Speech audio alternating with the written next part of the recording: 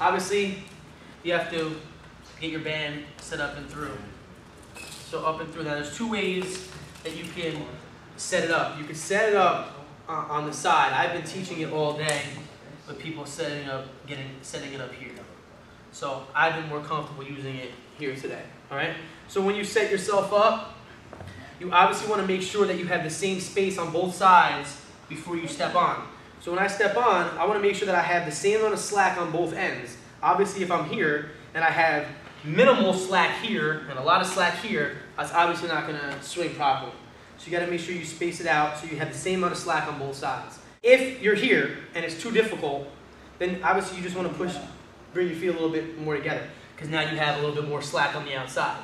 If it's too easy, then you just step, step, step, so now you have less slack on the outside. So obviously how much slack you have here will determine how difficult it is. And another thing you can do is to get a little extra advantage, put your feet on it, lift your feet up, pull out, so all the tension is here, and now I've created more slack on the outside. So although using the same band, I have a lot more slack that I can work with, versus that I have less slack now. All right, so setting yourself up is something that we'll do in practice, but you want to make sure you set yourself up properly. Now, when I do a normal kettlebell swing, you know that I say don't squat. I say go straight overhead, dip, hips back, straight up. With this kettlebell swing, it's a lot of pressure on your lower back, because it's not, with a normal kettlebell you have just gravity that's bringing and momentum. Here is you actually have a band that's pulling this kettlebell back down. So it's going to be a lot of pressure on your back. So I'm saying that is so when you get at the bottom of the swing, you squat versus making your back do all the work, because your back can get injured if you allow that to happen. So when I swing, I'm going to swing up, and then I'm going to do more of a squat. I'm going to accept it more so it's not, like I said, too much torque on your back. And the regulation for this is over chin.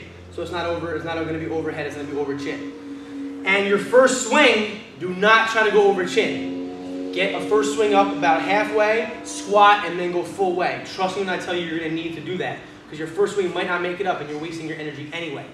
And obviously you don't count that rep. It's not a rep, it's more like just getting the engine started. Okay, so we're here.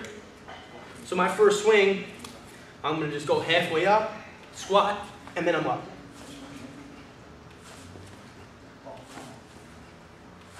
So I have to use more of my legs, and this actually teaches you to use your hips in a kettlebell swing. If you're going to stand here like this, you're never going to make it up. So start low, and then generate that energy.